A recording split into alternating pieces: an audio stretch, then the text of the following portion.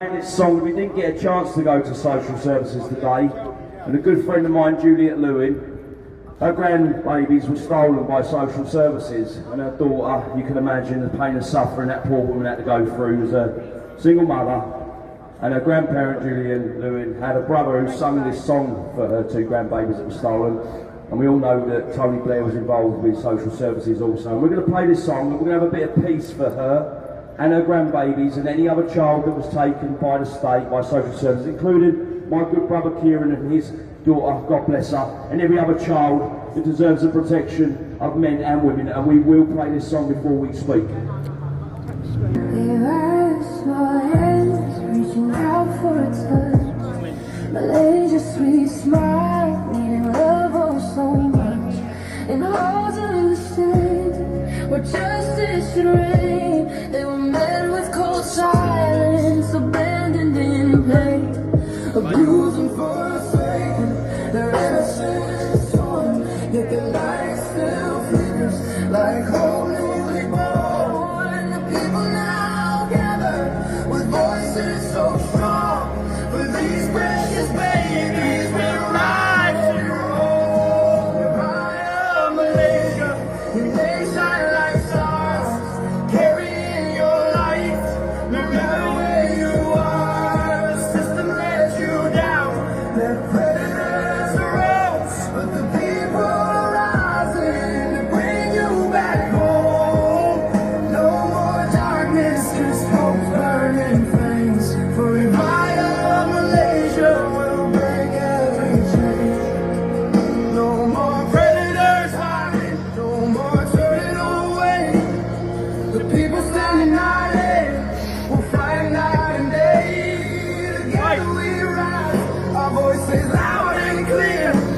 For the love of our children, we'll conquer the fear. Every cry tells a story, every tear calls our name. We'll tear down the system that brought them this shame. If I love Malaysia, the beams shine like stars, carrying your light wherever where you are. The system lets you down, the predators arose, but the people are rising to bring you back home.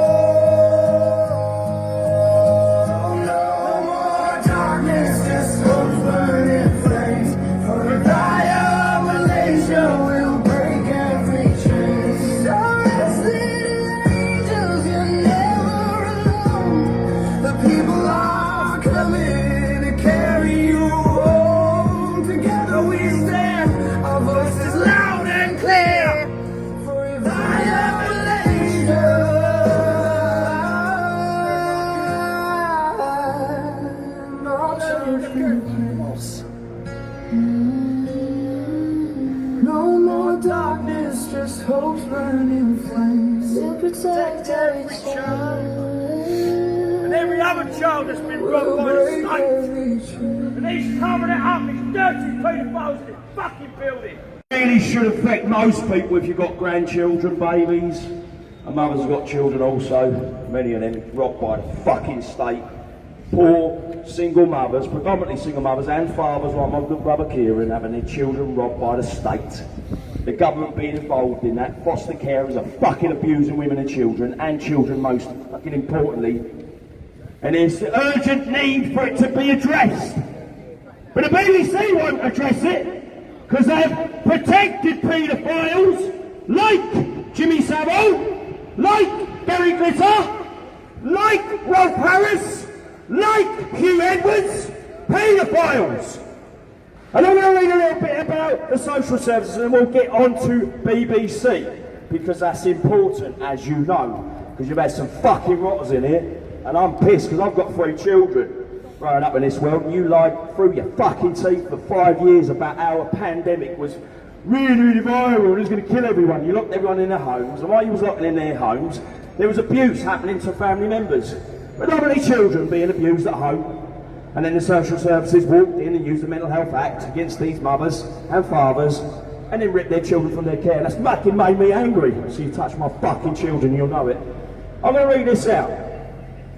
The Indecency with Children Act 1960 introduced the offence of gross indecency with a child under the age of 14. The Sexual Offences Act 2003 made provisions about new sexual offences and the protection of children from harm from sexual acts and incidents connected with sexual acts. How fucking disgusting. And this table of convictions of residential care and staff and sexual abuse of children in residential care. We'll read this other bit out. Bear with me, because you should be listening if you've got fucking children. Like I have. The Independent Inquiry into Child Sexual Abuse produced a summary list of foster carers who have been convicted of sexually abusing children in their care, and the details are upsetting to read. The prosecution of foster carers who sexually abuse children in their care continues to the current date, and I would encourage all victims of survivors of abuse to disclose to the police being corrupt, if they are able to do so. The most recent case that resulted in a prosecution is that of Paul Robinson, who was sentenced to nearly 12 years in prison for sexually assaulting children that he had a duty to care for as a result of being a foster father. Foster carers have also been found guilty of physical assault and neglect of children that were expected to care for. Two examples of this appalling abuse are... Are you going to know this one, BBC? You fucking paedophiles. Betty Rowe, convicted in 2007 of physically beating children and depriving them of food and affection. She fostered nearly 300 children in the 70s and 80s for Norfolk County Council, while her husband was found guilty of sexually assaulting some of their foster children. He received a 3-year prison sentence and was put on a sex offenders register for life, while Betty Rowe received a 4-year fucking prison sentence for a crime she did a fucking lifetime. Dirty cow. Sharon Lippett, convicted in 2019 of abusing a young girl to the point that she nearly died. The severity of the abuse was only discovered after the child had to be taken to hospital to be treated. Sharon Lippett received a 7-year prison sentence for the abuse that she inflicted. People realise for years the police, social services, CAFCAS, the courts and even some charities that were meant to protect children and families have been tied up in the same web of corruption and negligence. It's not just one bad case or one rogue worker. It's a system that's been allowed to rot from the inside. Evidence has been ignored, whistleblowers silenced, and good people pushed out because they dared to speak up. Families have been torn apart, children taken without proper cause, and victims treated like criminals while the real abusers walk free. What worse is that many of those agencies protect each other. When something goes wrong in social services, the police turn a blind eye. When the police mess up, the courts come before them. When the courts act unlawfully, CAFCAS backs the story, and the regulators pretend everything's fine.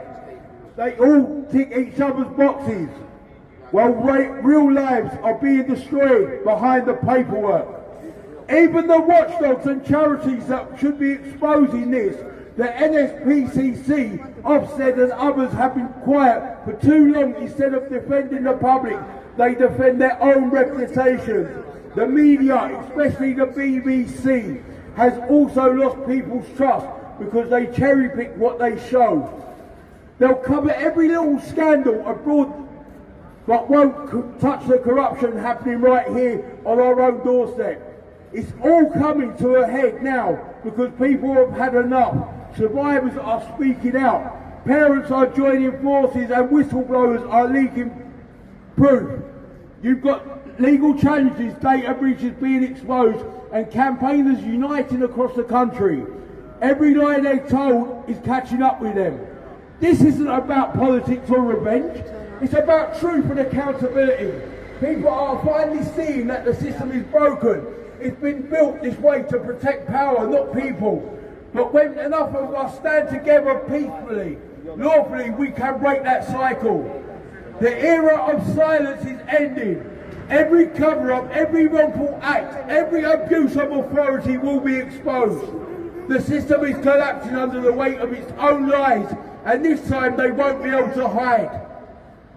Behind policy or procedure, the people are waking up. The statue outside the BBC made by a paedophile, they reconstructed it after it was broken last year. Why would you reconstruct something made by an absolute monster? Why would they put Perspex box to preserve it? Why would you even want that outside your building if that's what the artist was responsible for? He's a nonce-case artist. Why would you want that? The reason I'm out here today is I'm a father and I want you to hear my story today. And the reason I want you guys to hear my story today, because I would like it to go across your news channels. Because I'm a father that's had a child stolen by the services. Yeah. My child was stolen through lies and corruption, which I never ever thought did exist until I come across it. Unfortunately, that is the case. My daughter was born in 2020, but in 2019 I had the best news ever. I was about to become a father. My partner told me she'd been to the hospital. It's confirmed you're going to be a dad. Anyway, a couple of weeks later, social services gets involved. I've got mental health. I've had mental health for a number of years. My partner has had mental health breakdown previously, 5 years before. However, at this point, we are both stable parents. We are both stable human beings walking around, living amongst everybody. We were stable. However, social workers called us into the office, and what they wanted to do is they wanted to speak to me and my partner. Right? And why?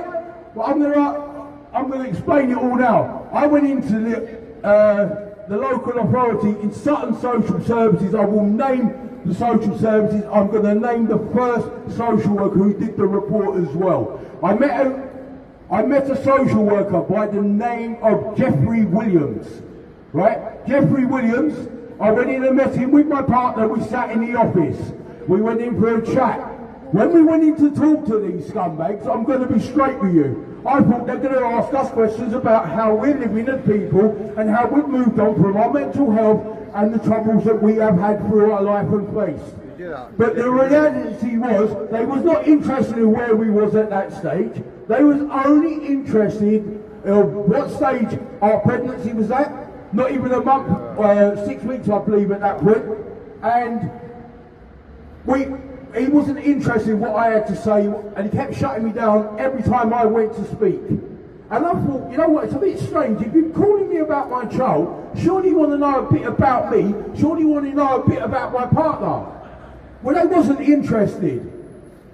Literally 7 or 8 weeks later, they finished their child protection report before the child protection meeting. The child protection report was due to be served on me on the Friday. But on the Thursday, the social worker come round to my house and he visited me and my partner in my flat that I shared with my partner. He come into my flat and he turned around and said, "How does Dad feel about becoming a father? The responsibility of becoming a father. Are you preparing to be a dad?" I am so proud. I took him to my wardrobe. Bear in mind, this is in November of 2019. I took him to my wardrobe, opened up the wardrobe, top to bottom, a built-in wardrobe was already full of baby monitors, bottles, baby ghosts, basically full from top to bottom. I hadn't even had 4 months by that point to prepare. But the social worker's saying continuously, "How does Dad feel about being a dad?" Well, he only come to me that day to tell me he was leaving my local authority the following day, and I'm going to be allocated, along with my partner, a new social worker. So we thought nothing of it. We thought it's going to be okay. Well, when Friday came, which was the very next day, the letters landed on our doors. When the letters landed on our doors, the amount of lies that I read in them reports, that I was left in a position to be able to not challenge him because he was no longer working for that authority. It turns out he was an agency worker and he moved all around the country. He's currently working in Brighton Social Services. He's been in Croydon Social Services, he's been in Eastbourne Social Services since. I follow him big time. Believe you me, I want to face him one day. for what he's done to me and my family, and my child now having to suffer and be growing up with strangers who should not be raising my child. It went on. Everyone remembers when the COVID broke out. Everyone remembers when COVID broke out, don't they? Everyone remembers the fear on the street. Everyone was scared at that point. My partner was heavily pregnant at that point. I was nervous for my partner. I didn't know that we was being lied to. Like I didn't know social services told lies until it actually hit me in the face. Anyway, my daughter was born 6 days before the first COVID lockdown here in the UK, in England. The first one. My baby was a COVID baby, born during COVID. My partner couldn't have me in the hospital standing beside her. It was restricted, okay? 6 days after my child was born was when the COVID lockdown kicked in. When the COVID lockdown kicked in, my partner and my baby went into a foster care system, a child and mother foster care placement system. When they went into the child and foster care placement system, mother and baby foster care, they went in and they went in to live with one woman and her son, right? Both of them are down as foster carers. There was another child in there without their parents, waiting to be adopted. My partner then obviously was left to look after that child and look after my child, okay? Whereas the foster carer should have been looking after that child, it was being put on my missus to keep that child in a safe position. Anyway, my partner was then kept as a prisoner, right? Kept away from her family. Anytime she made a call, because obviously he wasn't allowed out, it was being logged, being wrote down, just as it would be in the prison system. That's the reality of it. She was kept as a prisoner, right? I didn't get to see my baby then for 3 months. When I got to see my baby for 3 months, I got to hold her for the first time. I held her. I held her in my arms and I thanked my partner. Thank you for giving me a purpose to survive. Because before that point, I didn't want to be in this world anymore. Before I had the responsibility of being a father, I didn't want to exist. Nobody wants to exist when you're going through the shit that I've already gone through in life. But at this point, I've got a purpose. So I thanked my partner for giving me a purpose to survive, a reason to keep going. My partner went through the system, and while she was going through the system, I was only getting WhatsApp calls with my partner. My partner went through it. She was held in there.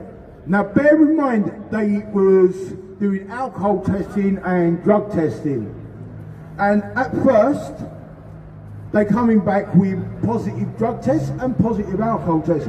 She's kept inside this building where she can't get outside to go and get any powder. She can't get outside to go and get a drink.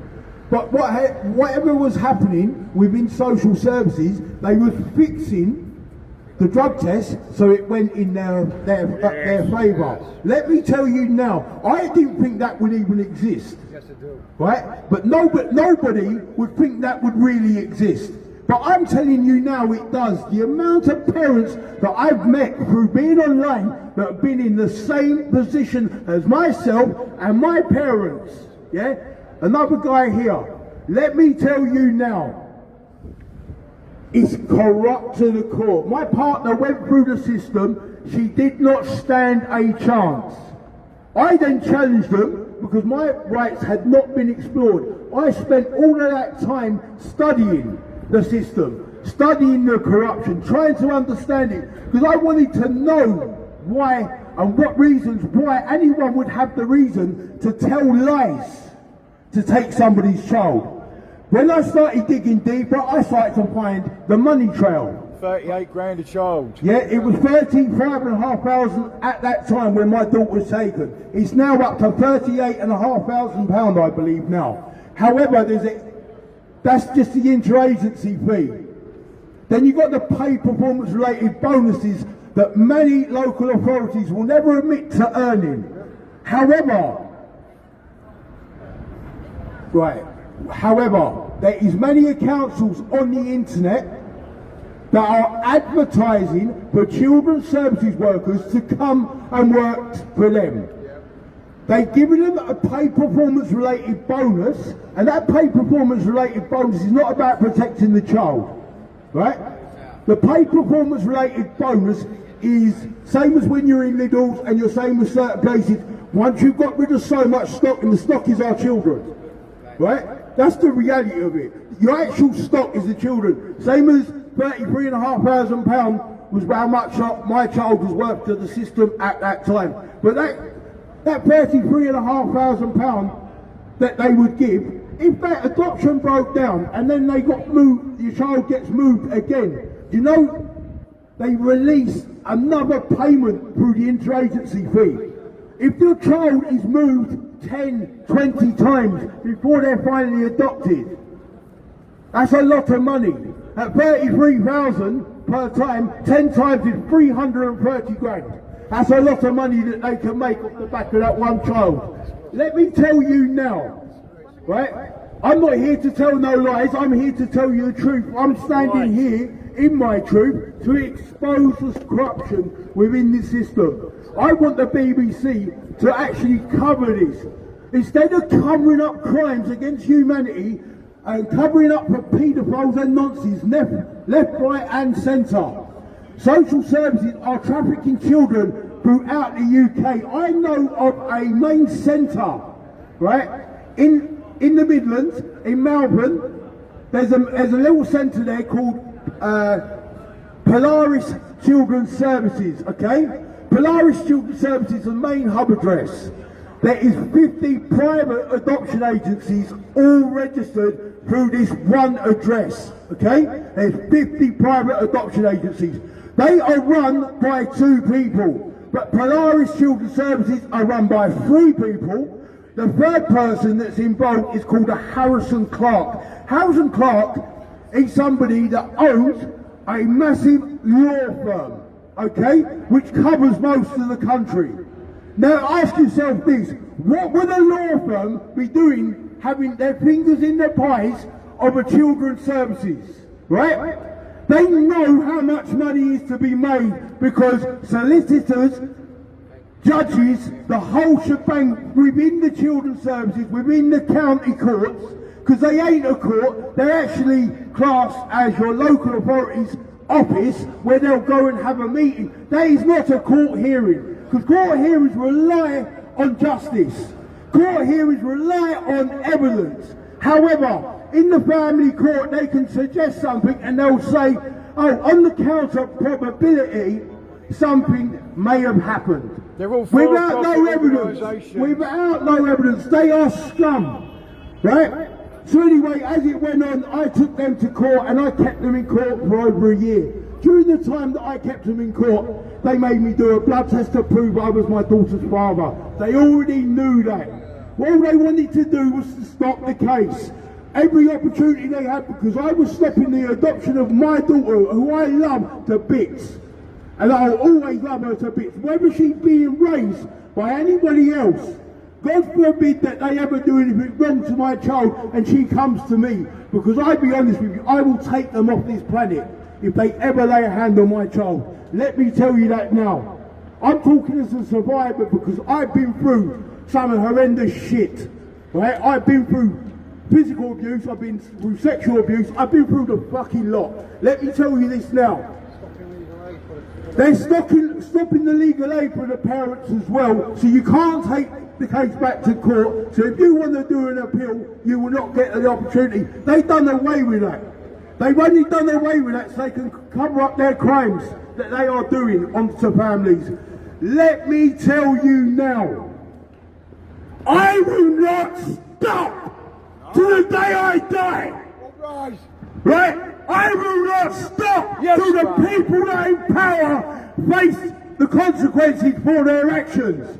I will not stop. There is nothing that will stop me, not even a bullet. Because I tell you now, Unless that heart stops beating, I will keep coming forward. I will progress until the end of the day when the children are safe and they stop stealing our kids left, right and centre. Right? Well said. Tony Blair is the reason why there is so many children being stolen. Tony Blair brought out the thing called futuristic emotional harm. That's how my daughter was taken. Right? Futuristic emotional harm. I proved all their reasons in the court to be false. However, what they wanted to do is they wanted to monitor me for a further 12 to 18 months before my child could come home to me. 12 to 18 months. They didn't want to wait. What they done, the dirty fucking scumbags, they said my child deserves her forever loving family. That's what they said. So sorry, Mr. Thomas, we will not work with you. We cannot monitor you. Your child is now 2 years of age, and one day your child has to be adopted. That's the truth. That's my story.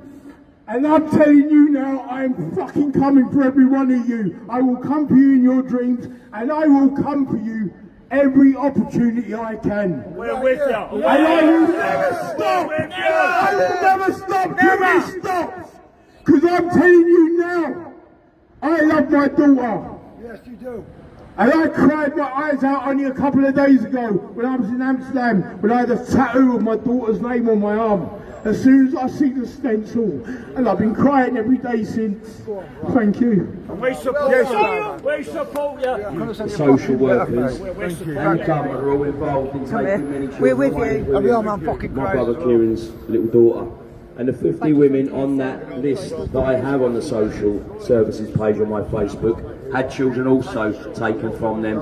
And this is one to every single mother that I've spoke to in the last 6 months that have told me their story like Kieran, and this upsets me. Babe, can you get this recorded? I just want to put this out to them. And I want to put this out because Kieran, that's upset him and it's upset me because I've got fucking children as well, and if anyone ever laid a hand on my children or took my children away from my ex-wife, I'd do some fucking damage, I'm telling you now, because the stories I heard like Kieran's is upsetting me and it keeps me up at night. But there's 50 other women that contacted me in the last 6 months, and every single one of them lost their fucking children.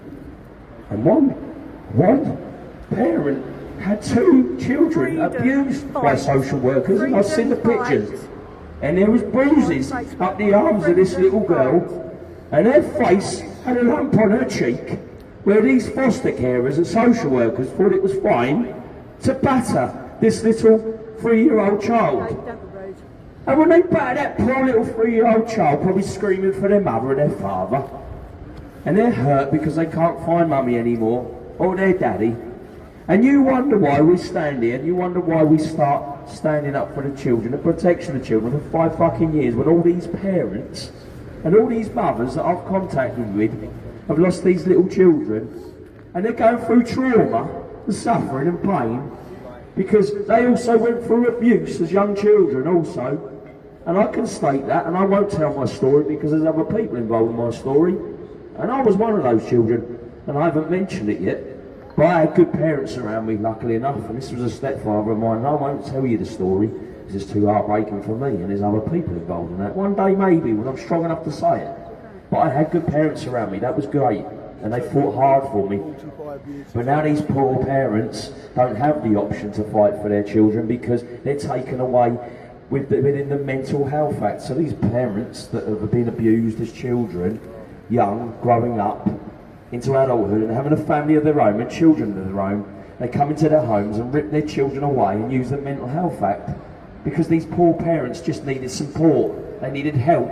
They didn't get no help or support from social services or anyone else of higher stature. They just come down like a ton of bricks and took these fucking kids away from their mothers and their fathers. And that upsets me because these women confided in me because they see me stand in the street for 5 years with these great people. And they relied upon me because they said, "You got kind heart, Aaron. You care about the people." I do care about the people. I'm an empath. I've got compassion and empathy. So when I hear Kieran's story and I've sat with him and spoke about his daughter, that upsets me. And when I've spoke to these mothers have also spoke about their children being taken away, it fucking hurts me. And I can't sleep at night until the system is taken down. Until you have compassion and empathy also for those parents that have had children ripped from their care. And you might wonder why I'm crying when fucking kids are taken away. And these fuckers in this building have abused women and children. The same women having their children taken away from them. Abused. Silenced. Why you lot? Told to keep quiet. All them fucking women that Jimmy Savile fucking raped and abused. And they held it. And they kept it quiet. And then women grew into adulthood, having children and then having them ripped from their care. We will save our kids. We don't give up. We are never going to give up, like Kieran said. We are going to come for every single fucking one of you. And this is out to all the parents that have lost children like Kieran. You have the support of good people like us. These people are a small collection of us that say it the right way. We don't hold back until we see a justice system that works for the people and arrest the real criminals, not the fucking parents. Well said. We're being raped in 80 towns up and down this country, and the BBC didn't cover the story. We know, and we are telling the truth. We're not going to listen to their lies, their communist rubbish, and you know, we are going to protect our women and kids. We don't need that communist BBC propaganda rubbish. We will. We know the truth. We are on the streets, and we are going to protect our women and kids. There you go. Ladies and gentlemen, my name is Richard Layton and I'm from Bradford, Yorkshire. And I was personally targeted by the police. At the time, Bradford Police Mark Byrne Williams, Chief Constable of Police of Bradford, targeting people, letting Asians and grooming gangs go about their business. They personally targeted me and took my daughter off me and persecuted me in the way he did this young man here. Exactly the same pattern. Circles in the magistrates, in the police, in the prison, in the probation. Anything I did, I was screwed. Looking at me, coming up with violence while he did my kid, and he brought my daughter, letting people in the churches, when I worked, told to clean up for drugs, pursued me and hassled me, pulling my family when I tried to speak up, pulling my friends when I tried to speak up into silence. I was left for dead in Bradford. I managed to escape and come down here. I'm down here to protest and tell the truth. All I've got left is the truth. And Mark Byrne Williams was investigated by the MI5 down here into allegations of taking 200 grand backhanders, selling crack cocaine and heroin, and favouritising grooming gangs over white people in schools. And I know about that, and I've got truth about that, and I will not shut up about that. But yeah, what happened to him when he got investigated? He got made police commissioner, chief police commissioner of all of Yorkshire. He didn't get sacked, he didn't get knocked, no, he got promoted for his dirty work. Now he's a pedo and left me for dead. He's got my daughter and bringing up. My name is Richard Layton from Bradford. Denise Duncan Layton. I love you. Pedos, you're gonna get it. And here I come, Mr. Chief. I don't care how big you are, how many men you've got above you. I'm right here on my own. Any day, I'll stand in front of you and say my piece of truth in front of any of your court law or any street, in front of anybody, right here, right now. I've never been away from you. I've been stood right here. I stood up for you in front of you in Bradford. Loads of people in Bradford and Yorkshire. Thank you, ITV calendar, for highlighting the situation and complaining to the MPs that got the investigation that covered it up when they found out and promoted that man. So, have a good evening, ladies and gentlemen. For your kids, rise up. Anybody being persecuted and scared, I'm shit scared, but you know what? You feel a lot better when you stand up and speak the truth. 100%. We've got to keep you down. Silence is a cancer. Truth, speak up and you'll be set free.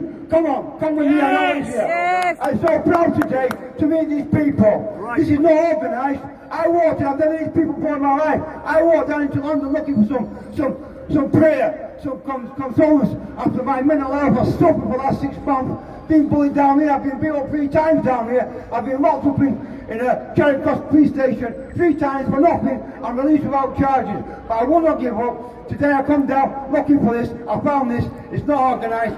Stand up and be counted. Please, I love you. Yes! Tell you, We I love you! It's so scary.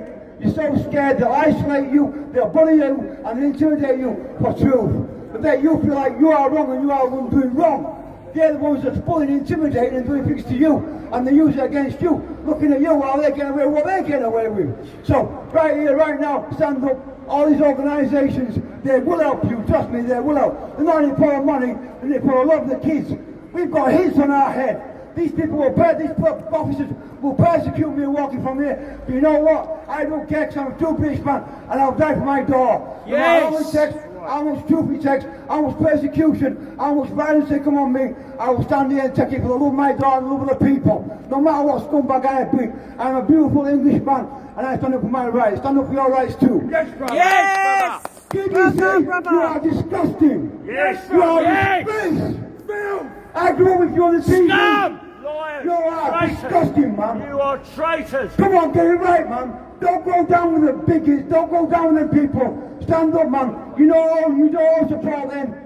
Boycott them. Come on now, boycott them. You are people too. You are family people.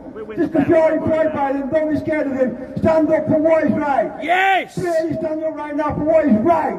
There's a new era, a new dawn. You cannot sit on the fence on this one because they'll come for you too. Get on the right side. Stand up for the kids and the truth. Come on now. Yes. You know it is, Sam. We don't all hate you. We love you. Don't be scared. Stand up. That's you will it. run the Get on the company. street. You stand up and you'll end up running it because people love you. For truth. Come on now. Yes! Don't back you old Edwards. Give me samples. Come on, man. Look at Keir Starmer. Look at Keir Starmer. Look what the police are doing. What the police, man? The police have thrown me in prison when I've been wrong and told me that is wrong. I go up and I'm a working man and bring up my kid and get with them. And they come and set my kid off me and bring that kid up. Come on now. It gets investigated and it gets promoted for that. What happened to me? Off with his head. Yeah, off with his head. Look at that. The dirty pedo statue created by Eric Gill. The BBC have still got it up. And look, protecting paedophiles, they put it in glass. Bulletproof glass. I assume it's bulletproof. That's disgusting. Someone should come and bulldoze it. A total of 81 BBC employees, half of whom are current staff or contributors, have now been identified as possible perpetrators of more than 152 allegations of sexual abuse since 3rd of October 2012. Most of these relate to people who no longer work for the corporation, and 48 involve Jimmy Savile, but 30 alleged physical sexual abuse by 23 current members of staff. The figures were divulged as part of a Freedom of Information request by the Telegraph, which found that of the 40 former employees, 10 cases remain under active investigation by either the police or the broadcaster. Fucking child abusing rapists. In 2012 and 2013, the British Broadcasting Corporation, or we will call it the Paedophile Broadcasting Corporation, was involved in a series of investigations, accusations and scandals related to sexual abuse committed by employees and the reporting of the allegations of abuse by others. The issue of child sexual abuse by BBC employees was publicated nationally in October 2012 as part of the Jimmy Savile sexual abuse scandal. Savile was a radio DJ and TV personality who presented the programme Top of the Pops, Jimmy Fix It and Cunt Click the fucking nonce, and was a well-known charity fundraiser. Allegations of sexual abuse by Savile and the other BBC employees were reported to have taken place at a number of locations across the country, including BBC television studios. Fucking nonsense. I carry on. Sir Michael Lyons, a former chairman of the BBC Trust, suggested that the consequences spread beyond the BBC, in particular in the licence given to celebrities, who are also fucking paedophiles. The former controller of BBC Two, Jane Root, suggested that there was an overlap between casual sexism in the BBC and the activities of Savile. The ensuing coverage encouraged other victims to come forward with allegations of abuse. Andrew O'Hagan, writing in the London Review of Books, suggested that paedophilia is an ethos and an institution disorder that's thrived in premier entertainment labyrinths like this fucking shithole behind us. We'll continue again.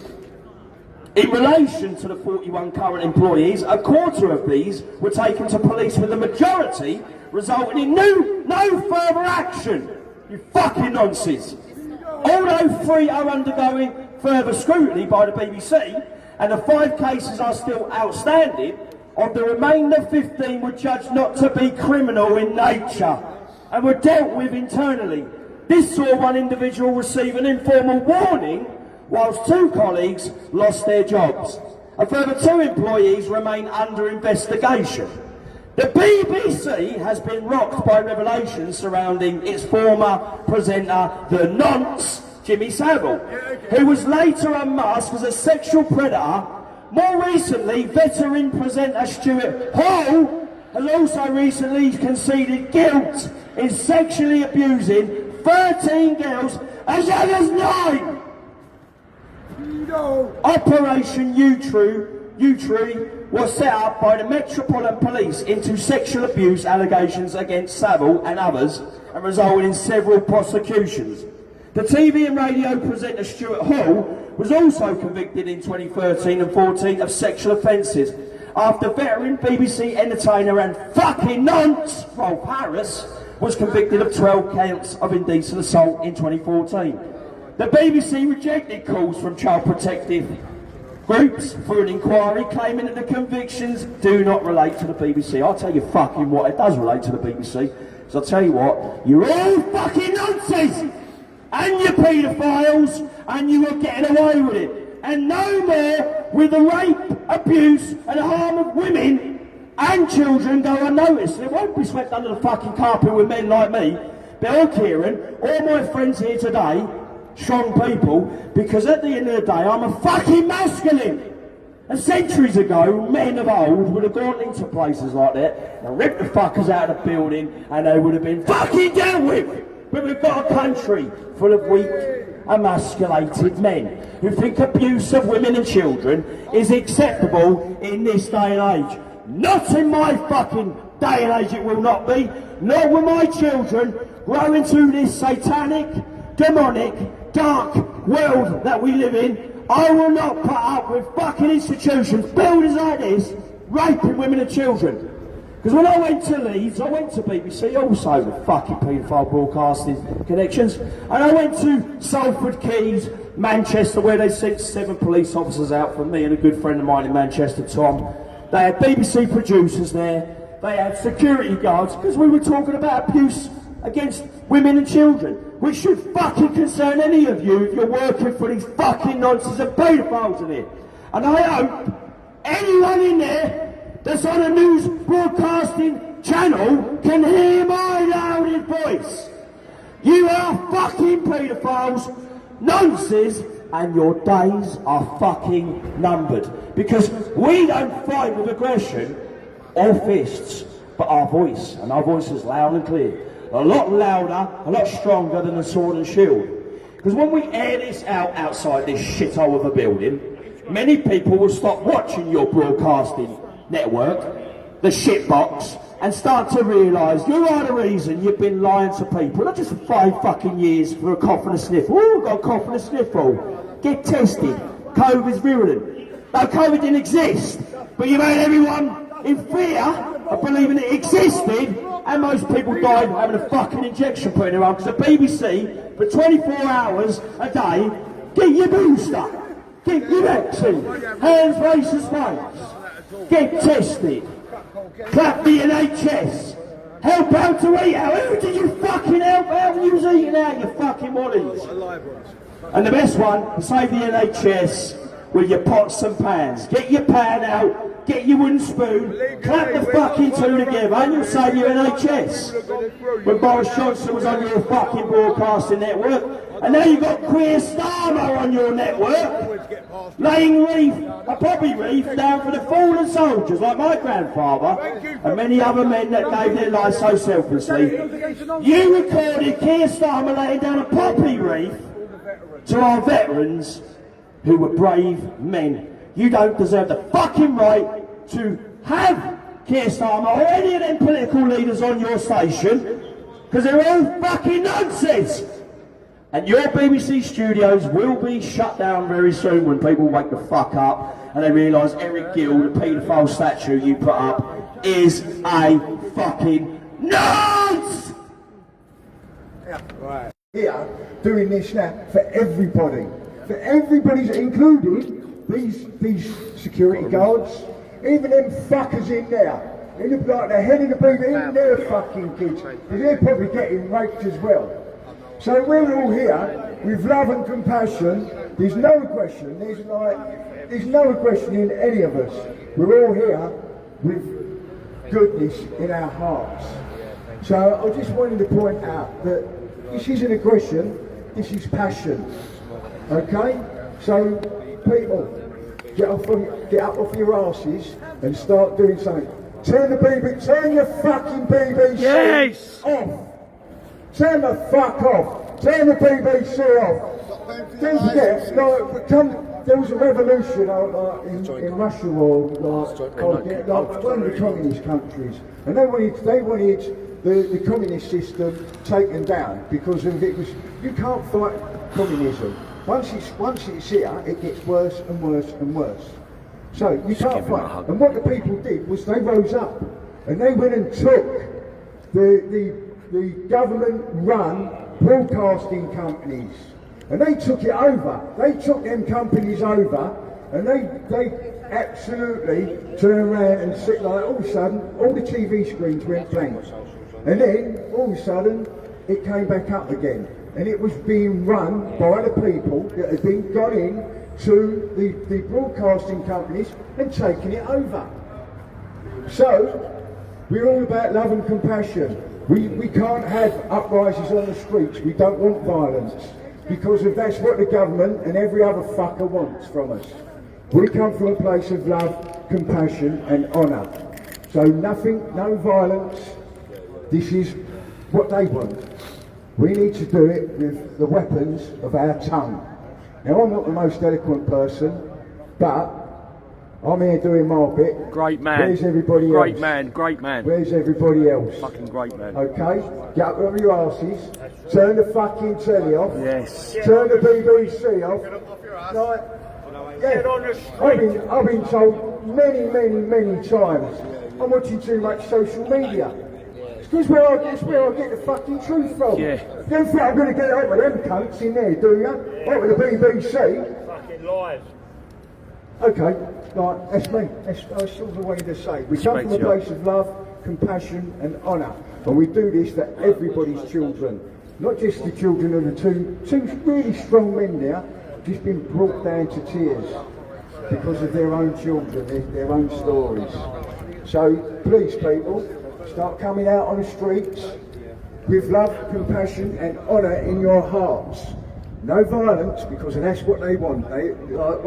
Once all that starts, once violence starts happening in the streets, the UN soldiers will be on our streets turning their weapons on us, because our own army, our police have shown their colours in the last 5 years about how they've treated people that are out there doing the best for everybody. All of these protests that we've been on. I've been on one protest a couple of years ago. Well over 2 million people. Well over 2 million people. Did we hear any of that on the BBC? No, we fucking never. Not one of it, not one bit of it was broadcast. 2 million people. Probably more than that, probably closer to 3 million people. Marching through the streets of London. Where was the BBC? They're liars. Lies! Traitors and liars. Traitors, yes. Traitors to the human population of England. Okay, that's me. I'm done. Stuff a pedophile in the wood chipper. Stuff a pedophile in the wood chipper. You stick your dick in the blender. And it's only two genders, bitch. Fuck y'all, sick ass motherfuckers. Riding guts, bitch. Tell Pito Hitler ain't a crackhead, son, nigga, born to hell. Hey, when the kids ain't real, try so covered in shells. You and I is the feds, and I'm better than the red, they gon' kill your whale. Oh well. You know we're coming through with ya. Sing the kids. Save the kids. Fuck, call them here. Eat some ice cream, they gon' stiff neck. Who's spit your own, they gon' stiff neck. You gon' feel a rap god on me.